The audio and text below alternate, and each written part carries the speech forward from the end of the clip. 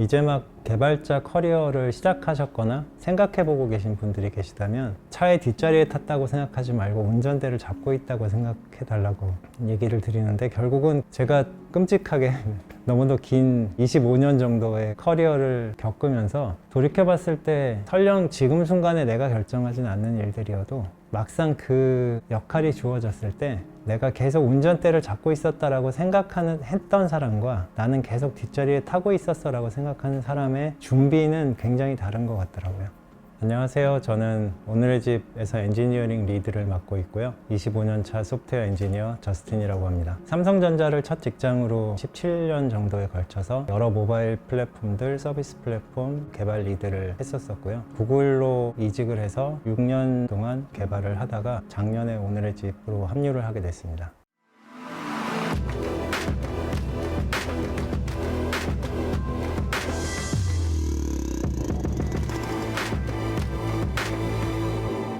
제가 석박사 기간 동안은 굉장히 퍼포먼스가 좋은 그런 컴퓨터에서 복잡도가 높은 소프트웨어나 시스템 쪽을 보다 보니까 삼성전자에 합격을 해서 회사에서는 정반대 거를 해보고 싶은 생각이 들었어요. 굉장히 제약이 많은 하드웨어에서 작은 소프트웨어를 만들 때 시장이 굉장히 빠르게 변화할 것 같은, 그 당시에 모바일이 딱 그랬던 쪽이어서 프로젝트를 하겠다라고 손을 들어서 거의 모바일 플랫폼 관련된 일을 한 10년 정도 한 것 같아요. 보통 되게 임팩트 있게 결과를 많이 낸 프로젝트 사이에 굉장히 많은 실패들을 했어요. 첩첩첩 쌓여있는 작은 실패들, 그런 것들이 쌓여서 시간이 채워진 것 같고요. 그 이후는 서비스도 하고 굉장히 또 다양한 일들을 하게 됐었고요. 굉장히 팀도 자주 바뀌었고 하는 프로젝트도 바뀌었는데, 사실 엄밀히 말하면 바뀜을 당한 거라기보다는 바뀌는 걸 선택했어요. 사실 고되잖아요. 새로운 일을 한다는 게 팀빌딩부터 새로 해야 되고 굉장히 많은 챌린지들을 받으면서 만들어내야 되기 때문에 모두에게 즐거운 일은 아니에요.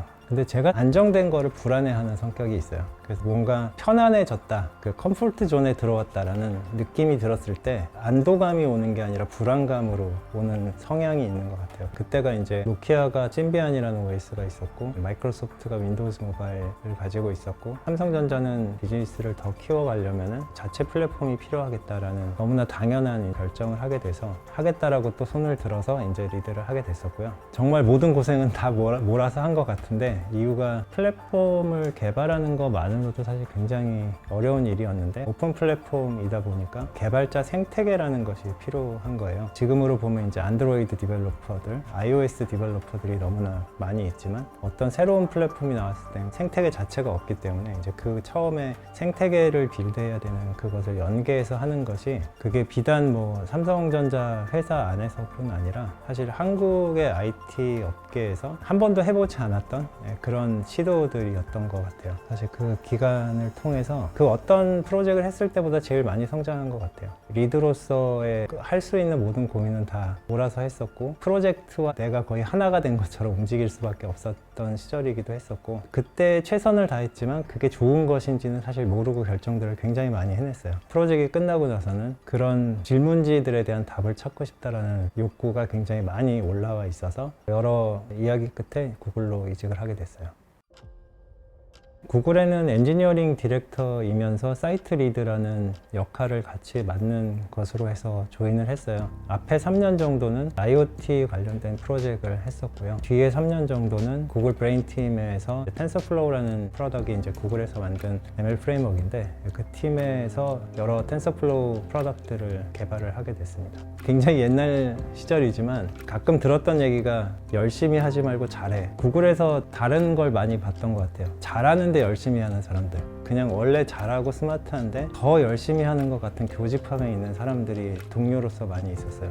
매니저들도 좋았어요. 제가 어떤 테크니컬 챌린지가 있는지, 그것을 어떻게 풀어내야 되는지에 대한 거를 많은 방대한 앞에 그 컨텍스트를 전달하지 않아도 그 문제를 되게 빠르게 이해하고 좋은 결정을 위해서 같이 도와주고 하는 파트너 같은 느낌의 그런 관계를 느꼈던 게 달랐던 것 같아요. 그런 거에 대한 되게 행복감이 되게 높으면서도 6년 조금 넘게 시간을 보내다 보니까 컴포트 존으로 들어가고 있다는 생각이 들었어요. 그래서 또 발동이 됐죠. 어떻게 하면 나의 커리어에서 다시 불안감을 느끼게 할 수 있을까? 스타트업 같은 곳으로의 이직일 수 있겠구나. 그 중에 가장 좋았던 것이 오늘의 집이 아니었나 싶어요.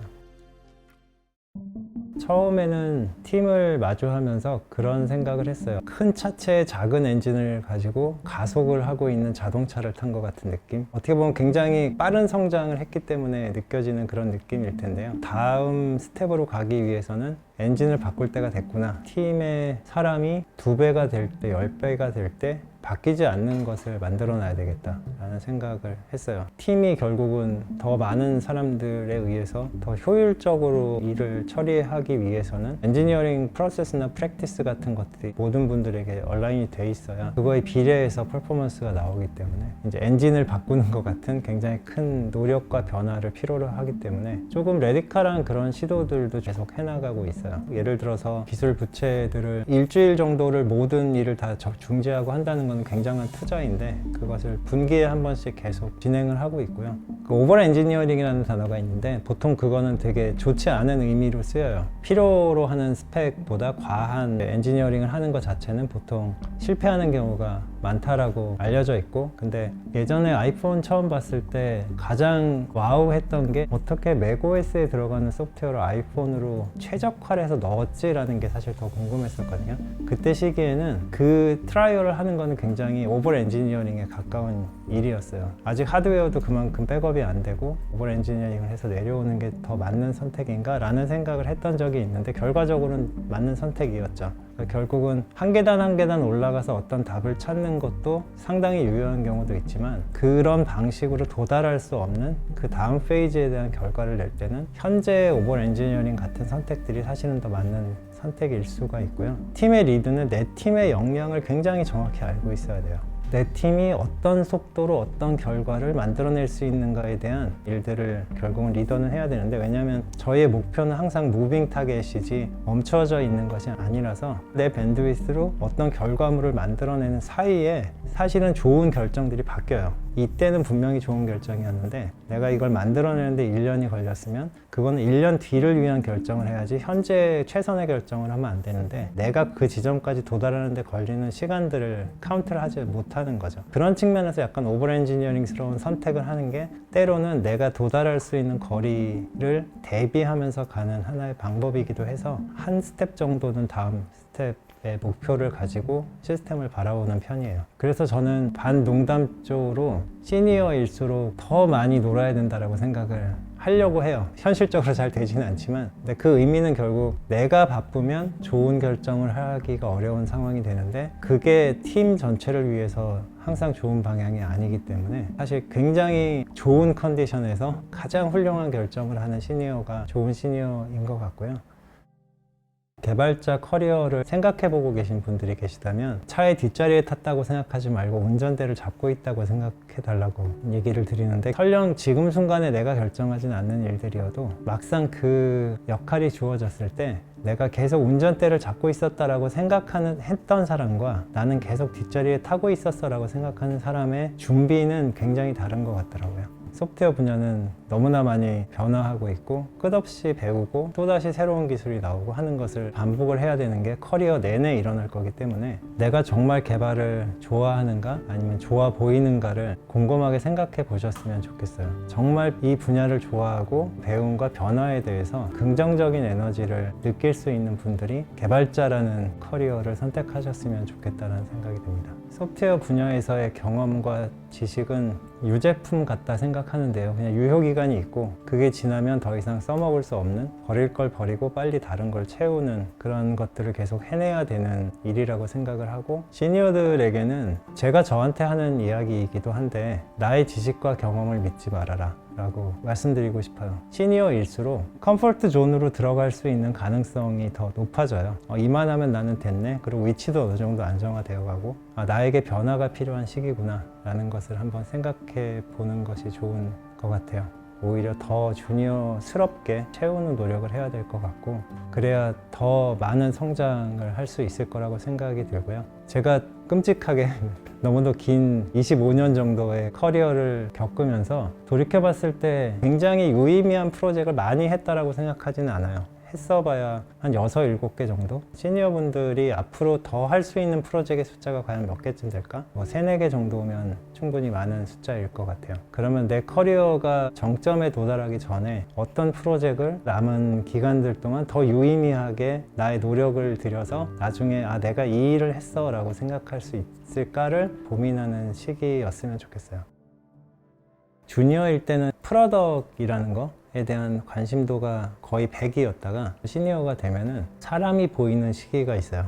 내 결과물 중에 사람이 있구나 라는 게 보여지는 시기가 있는데, 프로덕이 물론 중요하고 이 프로덕이 없으면 이 팀의 존재 가치는 사실 없죠. 근데 그럼에도 불구하고 저한테는 사람이 중요하고, 결국은 제가 만들어낸 결과물은 제가 성장시킨 사람들의 합이라고 생각을 하거든요. 그런 측면에서는 커리어를 이어가면서 이후에는 어떤 사람들을 더 많이 성장시킬 수 있을까 하는 부분에 대한 고민을 아무래도 더 많이 하게 되는 것 같고, 어떤 개발자로 남고 싶은가 라고 하면은 좋은 개발자들을 만드는 개발자가 되고 싶어요. 더 좋은 경험과 도전들을 만들어 드리고 싶고, 그분들이 이미 저의 그 시절보다 더 좋은 일들을 해내시는 분들이 있어서 되게 반가운데, 저의 세대가 해낼 수 있었던 부분들보다 사실 다음 세대에서 훨씬 더 많은 것들을 해낼 수 있는 세대라고 생각이 들어서 그런 것들을 잘 도와야 되겠다라는 생각을 제일 많이 해요.